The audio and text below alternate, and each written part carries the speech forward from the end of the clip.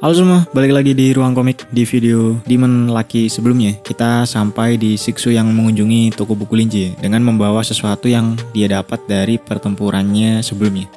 Nah, sampai sini sekitar separuh dari video ini mungkin sudah mulai masuk ke novel ya, sehingga mungkin separuh akhir video ini akan kurang scene-scene dari komiknya. Tapi nggak tahu, bisa aja pas proses editing nanti udah rilis chapter barunya. Tapi sampai sini buat yang masih tertarik, silahkan bisa like dan subscribe dulu guys. Untuk supportnya ini bisa cek juga link description untuk traktir kopi di situ. Semoga menghibur waktu luang kalian, and let's begin the stories.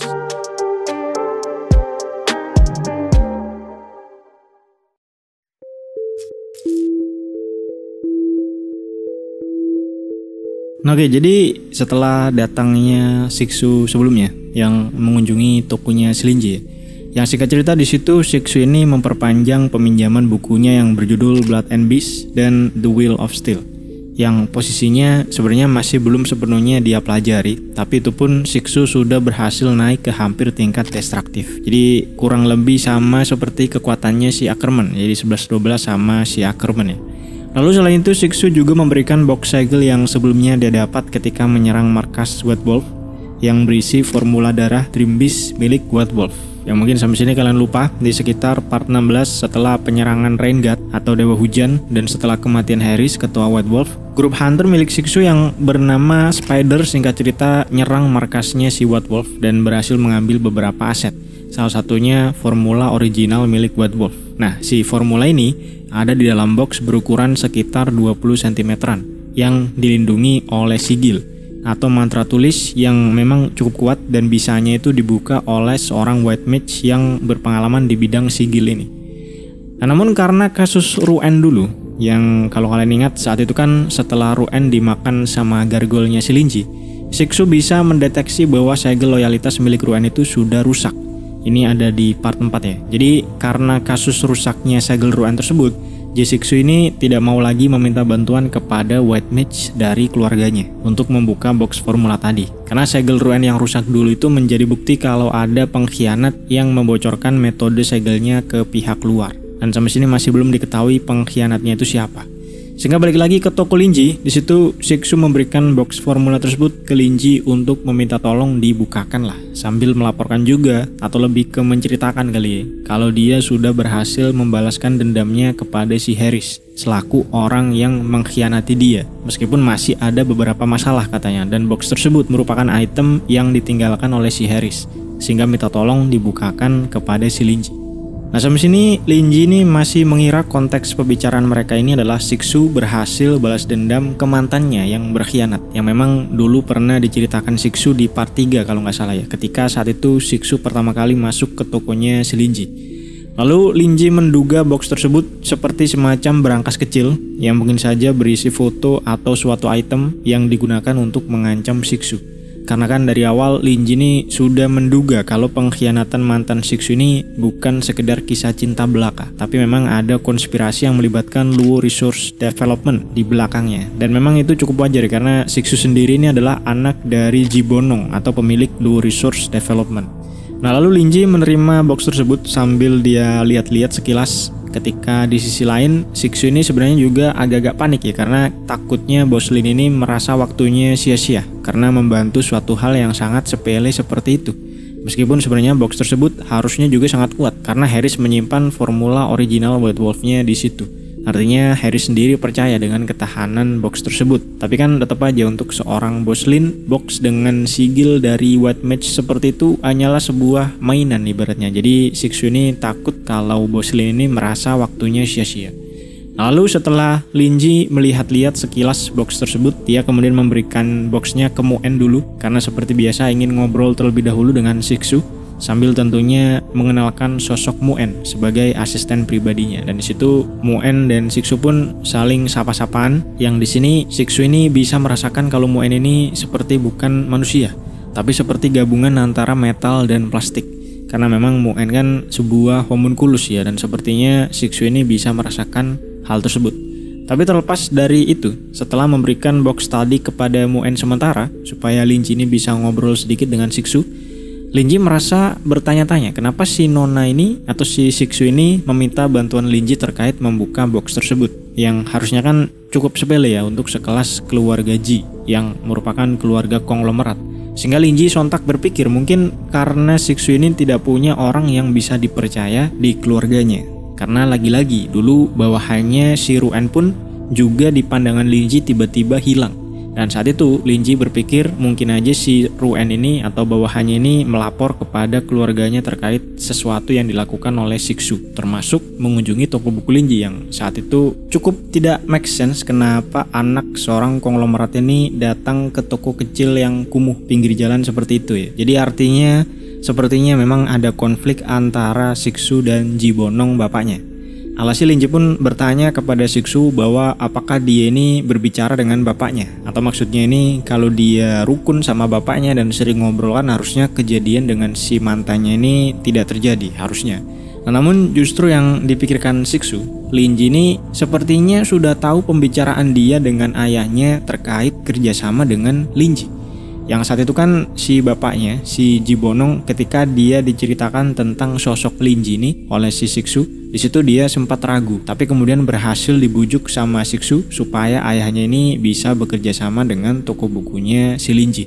Nah itu yang dikira Siksu ditanyakan oleh si Lin Ji ya, padahal bukan itu yang ditanyakan oleh Lin Ji sebenarnya. Sehingga Siksu pun menjawab pertanyaan Lin Ji ini dengan menjelaskan tentang pembicaraan dengan bapaknya dulu, yakni bapaknya si Ji Bonong ini berniat untuk datang secara pribadi ke toko Lin Ji dan berniat untuk meminta bekerja sama untuk mendistribusikan buku milik Lin Ji, kata Siksu. Intinya bapaknya ini mau datang untuk kerjasama gitulah ya. Alhasil Lin Ji pun di situ cukup kaget karena selain bukan itu yang sebenarnya dia tanyakan, tapi juga sekaligus merasa tidak percaya karena sebuah perusahaan raksasa seperti Luo Resource ini meminta kerjasama dengan toko buku kecil milik si Lin Ji ini. Seperti kalau dibayangkan gimana pun si Luo Resource ini tidak mungkin dapat untung apa-apa gitu ya untuk kerjasama dengan Lin Ji. Tapi karena Siksu terlihat sangat yakin dan sebenarnya penawaran tersebut juga sangat menguntungkan bagi si Lin Ji sendiri, Lin Ji pun mengiyakan aja kabar tersebut, lalu kembali menyinggung tentang box tadi yang di situ Lin Ji memberikan sedikit nasihat kepada Siksu bahwa untuk masalah kecil seperti membuka box ini seharusnya Nona ini cari orang lain yang bisa dipercaya selain Lin Ji, katanya. Jangan dikit-dikit minta bantuan sama si Lin Ji. Nah sehingga di situ agak membuat Siksu menjadi kecewa dengan dirinya sendiri karena Bos Lin sepertinya masih menganggap Siksu ini masih belum terlalu berguna gitu ya, karena masih minta bantuan untuk hal yang cukup sepele. Meskipun sebenarnya nggak sepele juga sih karena boxnya itu hanya bisa dibuka oleh white mage yang berpengalaman di bidang sigil. Tapi di saat yang sama Siksu sendiri memang tidak mau mengandalkan white mage dari keluarganya yang lagi-lagi mungkin ada pengkhianat di antara mereka semua ya. Nah namun menariknya di sela Lin Ji dan Siksu ini sedang ngobrol tadi ya, tiba-tiba terdengar sebuah bunyi dari belakang Lin Ji dan box tadi rupanya sudah terbuka di tangan si Mu'en. Alhasil sontak Lin Ji dan Siksu melihat ke arah Mu'en yang di tangannya ini memang benar box yang dia pegang tadi sudah terbuka tepi-tepinya seperti bunga yang mekar gitulah, dan di tengahnya ini ada seperti botol kaca kecil berisi cairan merah gelap. Nah di komik ini sepertinya bukan botol kaca ya, tapi di novelnya ini dijelaskan botol kaca kecil yang terlihat dari luar berisi cairan merah gelap. Dan disitu Mu'en juga terlihat sedikit terkejut dan agak panik juga ketika ditatap oleh Lin Ji dan Siksu, lalu berkata bahwa dia tidak sengaja membuka box tersebut karena tadi penasaran dan kepingin coba-coba untuk otak-atik, untuk coba buka, kata si Mu'en ya, sambil Mu'en ini terlihat seperti merasa bersalah. Nah selain Mu'en, Siksu pun juga tentunya terkejut ketika dia merasakan ada sedikit sisa-sisa aether di sekitaran box tersebut, yang artinya memang si Mu'en ini mencoba membuka box tersebut. Tapi mendengar kalau Mu'en tadi bilangnya nggak sengaja dan coba-coba, sedikit membuat Siksu agak skeptis dan agak tidak percayalah karena box tersebut meskipun kecil dan cukup simpel, tapi ada perlindungan sigil yang seharusnya itu hanya bisa dibuka oleh white mage yang memasang segelnya, atau mungkin bisa di-crack sama white mage yang tingkatnya sangat ahli lah ya. Dan harusnya nggak mungkin kalau Mu'en ini cuma coba-coba buat buka alias nggak sengaja. Tapi di sisi lain, Siksu juga merasa kalau hal tersebut cukup wajar mengingat Mu'en ini merupakan asistennya Bos Lin, dan sudah pasti yang jadi asisten Bos Lin ini bukan orang sembarangan gitu ya. Mungkin Mu'en ini memang dididik oleh Bos Lin untuk menjadi white mage yang hebat di bidang sigil ini. Nah, sedangkan Linji di situ tidak terlalu mempermasalahkan karena Siksu sendiri juga tadi bilang minta dibukakan dan sekarang boxnya terbuka. Tapi tetap kemudian minta maaf kepada Siksu karena Muen ini tidak sopan mengotak-atik barang orang lain tanpa izin, sambil diceritakan juga sama si Linji kalau Muen ini masih kecil, jadi rasa penasarannya ini masih tinggi dan juga Linji ini masih belum lama mengajari Muen tentang pengetahuan umum, termasuk sopan santun kepada orang lain dan sebagainya. Jadi intinya Linji ini minta maaf karena Muen ini kurang sopan. Tapi tentunya meskipun Siksu ini agak terkejut juga tadi, tapi dia tidak mempermasalahkan hal tersebut sama sekali. Nah, setelah boxnya tadi diberikan kembali oleh Linji kepada Siksu, di situ Siksu cukup deg-degan karena rupanya formula darah milik White Wolf itu memang benar adanya dan memang asli formula dari Dream Beast yang bernama Sky Wolf yang merupakan Dream Beast di tingkat destruktif. Karena kekuatan Siksu sendiri ini juga berasal dari Sky Wolf dan ketika dia pegang formula tersebut, ada sesuatu dalam dirinya yang seakan ikut bergejolak. Sehingga Siksu menyimpulkan formula tersebut memang benar asli Sky Wolf. Dan dengan itu, grup Spider-nya ini sampai sini secara resmi akan bisa berdiri sendiri dan menggantikan White Wolf sebagai mungkin salah satu organisasi hunter terbesar di Nuojit. Nah, lalu selain ada formula darah tadi, di dalam box tersebut juga ada 2 buah kertas surat yang dua-duanya ini tertulis untuk si Harris. Nah, di situ Siksu tidak langsung membukanya karena takut mungkin di kertas tersebut atau di surat tersebut mungkin ada sigil juga yang bisa menjebak Siksu. Karena sebuah sigil itu memang bisa juga digunakan untuk menjebak pikiran seseorang. Nah, mirip seperti bukunya si Linji.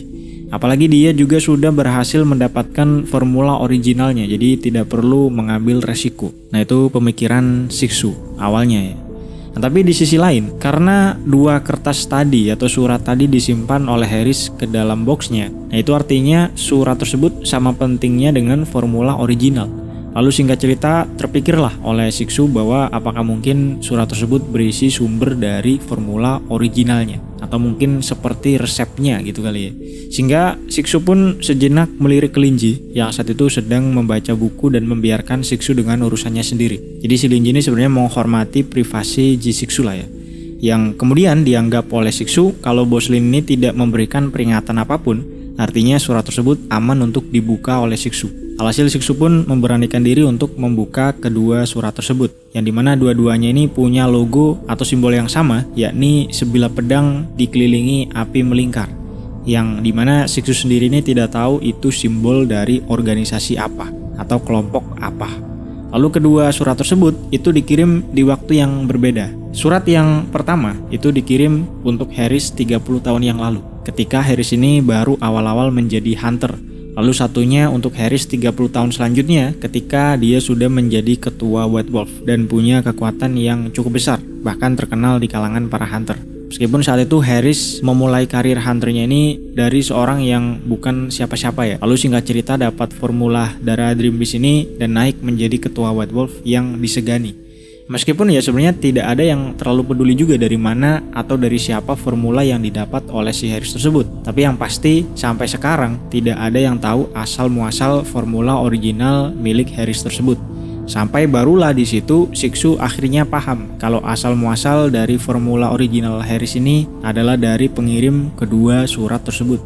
Jadi surat yang pertama intinya itu berisi pihak pengirim yang memberikan formula originalnya kepada Harris yang saat itu masih pemula dan masih luntang-lantung lah ya. Dimana Harris ini diiming-imingi kalau dia menyuntikkan darah Dream Beast tersebut. Nah, dia ini dijanjikan akan menjadi salah satu hunter yang terkuat oleh organisasi misterius ini ya. Isi lengkap suratnya ini bisa kalian pause aja videonya untuk baca selengkapnya.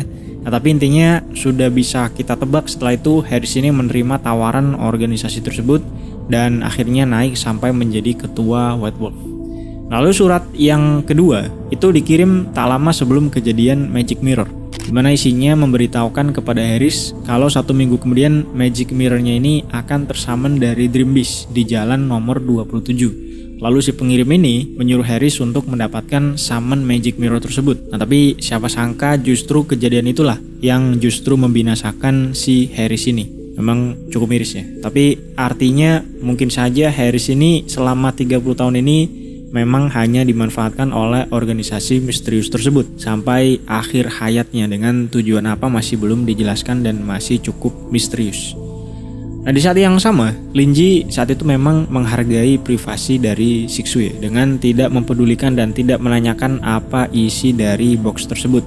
Tapi yang pasti, Linji ini bisa melihat ekspresi Siksu yang cukup campur aduk, di mana awalnya Siksu ini memasang ekspresi seperti terkejut mengetahui sesuatu, lalu seperti sedikit panik, dan akhirnya berubah menjadi seperti kasihan seiring membaca 2 surat sebelumnya. Yang kemudian disimpulkan oleh Linji, sepertinya mantan Siksu ini punya kasus yang cukup rumit. Selain hanya mengkhianati Siksu dan mengincar perusahaan bapaknya, sepertinya memang ada hal lain yang terjadi. Alhasil Linji pun menutup bukunya lalu menanyakan dugaannya tersebut kepada Siksu, bahwa apakah Harris ini berhubungan dengan sebuah organisasi dan dimanfaatkan oleh organisasi tersebut. Itu tanya si Linji ya. Sampai sini masih menyinggung tentang pengkhianatan mantannya si Siksu. Dimana ekspresi panik Siksu tadi itu dianggap Linji mungkin karena baru terungkap oleh Siksu bahwa tujuan mantannya sebenarnya ini adalah Luo Resource Development.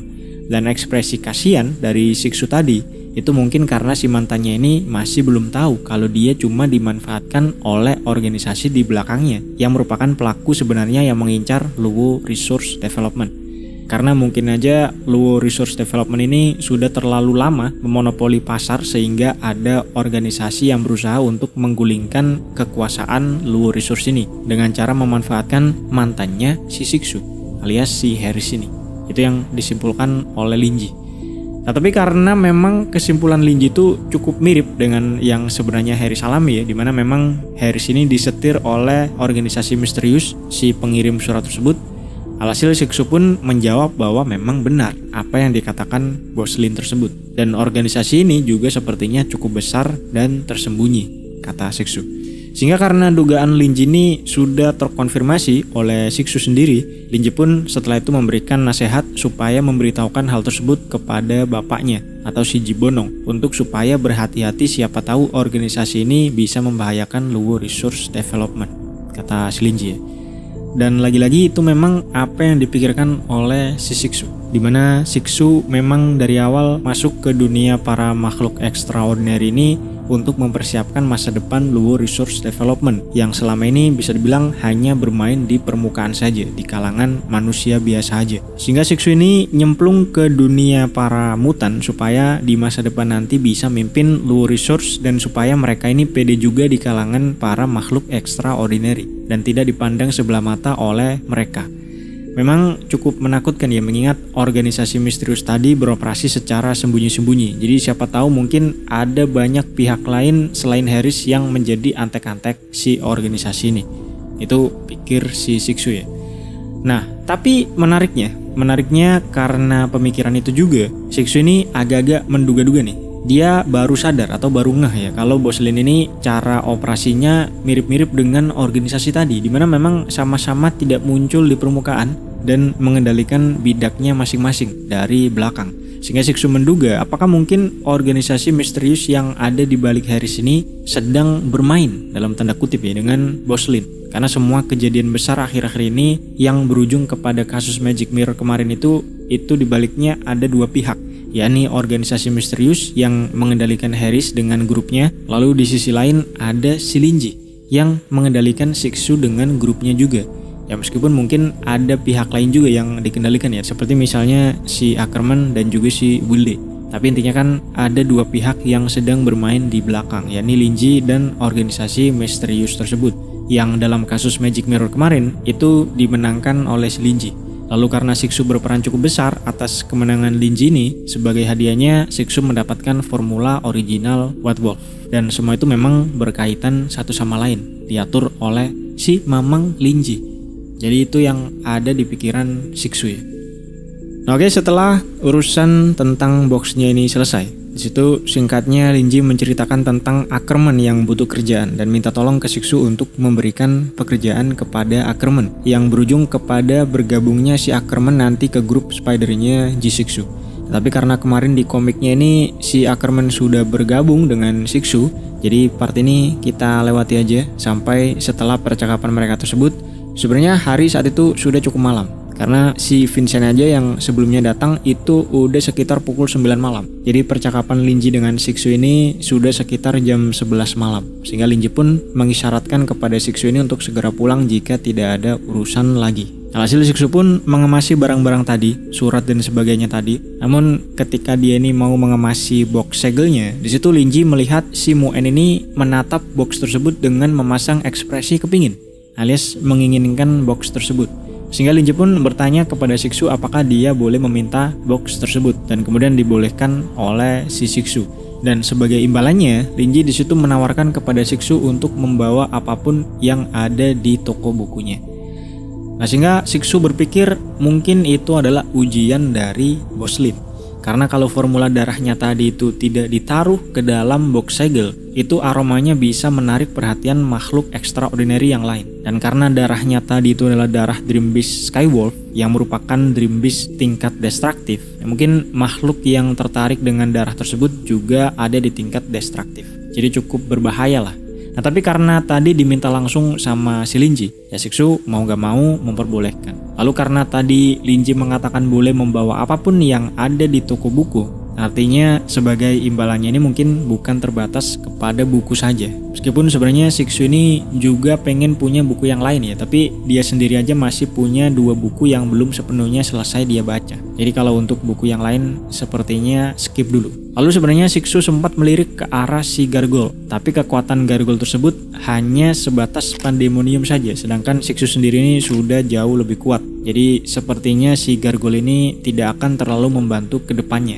Akhirnya Siksu pun menaruh perhatian kepada si Mawar, dimana ketika terakhir dia ke toko, si Mawar ini masih belum ada. Dan si Mawar yang awalnya terlihat biasa aja ini ketika dilirik oleh Siksu, kelopaknya terlihat bergerak lalu muncul mata yang balik melirik Siksu. Jadi sampai sini mereka berdua ini saling lirik-lirikan. Lalu si Mawar mulai menyerang jiwa Siksu untuk memberikan sensasi ancaman ke Siksu. Ya, seperti orang-orang yang lain lah. Namun Siksu pun meskipun sejenak juga merasakan sensasi menakutkan yang bisa membahayakan jiwanya. Tapi setelah itu berkat kekuatan Will of Steel miliknya, setidaknya kemudian dia bisa memblok ancaman dari si Mawar ini, yang sebenarnya juga cuma ngasih peringatan doang, tidak berniat untuk menyerang secara serius. Sehingga sampai sini Siksu berpikir kalau si Mawar yang punya kekuatan menakutkan ini sepertinya bisa menjadi bantuan tambahan di timnya nanti. Sehingga setelah itu Siksu pun bertanya apakah boleh dia membawa si Mawar sebagai imbalannya. Nah, Linji di situ cukup tidak menyangka sebenarnya Siksu ini minta si Mawar, karena dari pandangan si Linji di seluruh tokonya itu bisa dibilang si Mawar ini menjadi barang yang paling tidak berharga. Dimana maksudnya kan ya cuma tumbuhan biasa doang, ya mungkin Siksu ini bisa beli sendiri. Tapi karena itu pilihan Siksu sendiri, Linji pun menghormati keputusan tersebut dan memberikan si Mawar. Dan setelah itu Siksu pun pergi dari situ. Dan mungkin untuk hari ini kita sudahi sampai sini. Suara gue udah habis sih, mulai serik. Jangan lupa like dan subscribe kalau kalian suka dengan video kali ini guys. Bisa kalian cek juga link deskripsi untuk traktir kopi di situ. Semoga video ini menghibur waktu luang kalian. Dan sampai jumpa di video selanjutnya guys. Yuk.